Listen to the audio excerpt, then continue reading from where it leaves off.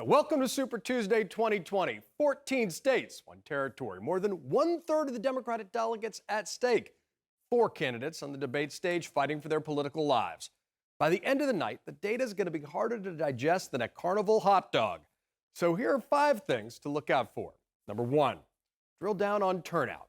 The most annoying cliche in politics is the guy who says it's all going to come down to turnout. But what kind of voters turnout really matters. So look, led by California and Texas, the Super Tuesday states are more diverse than America as a whole.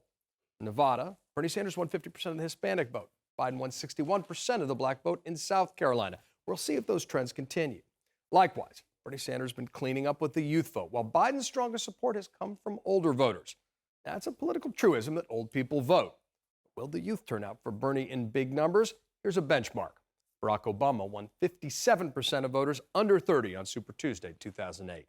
But what about the new voters that Bernie says will flock to the polls to support him? So far, they haven't materialized. In fact, more moderate voters turned out this year in New Hampshire than in 2016. But the center lane has been fractured. Now, with former Mayor Pete Buttigieg and Senator Amy Klobuchar announcing their support for Biden, we'll see whether moderates rally around him. 2, early voting.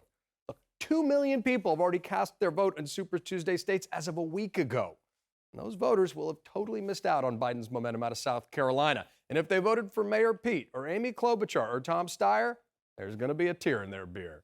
California has seen 1.3 million mail-in votes alone, and polls say that Bernie has an advantage there.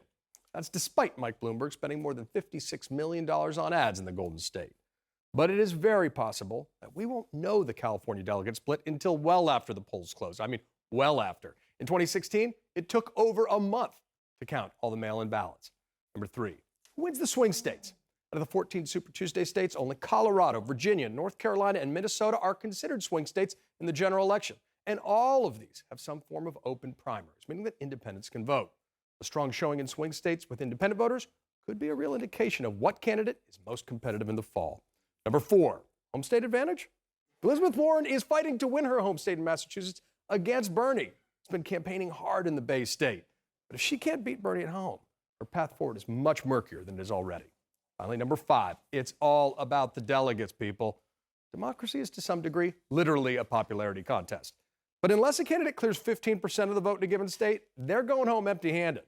So to get the nomination, a candidate's going to need to claim 1,991 delegates. Anything less means a contested convention. And here are the current totals. That's with just 4% of the delegates awarded, despite hundreds of millions of dollars spent to date. That count's going to look very different tomorrow morning, when more than 1,300 delegates will be decided. So buckle up for a long, wild night. And if you live in a Super Tuesday state, go vote. And that's your reality.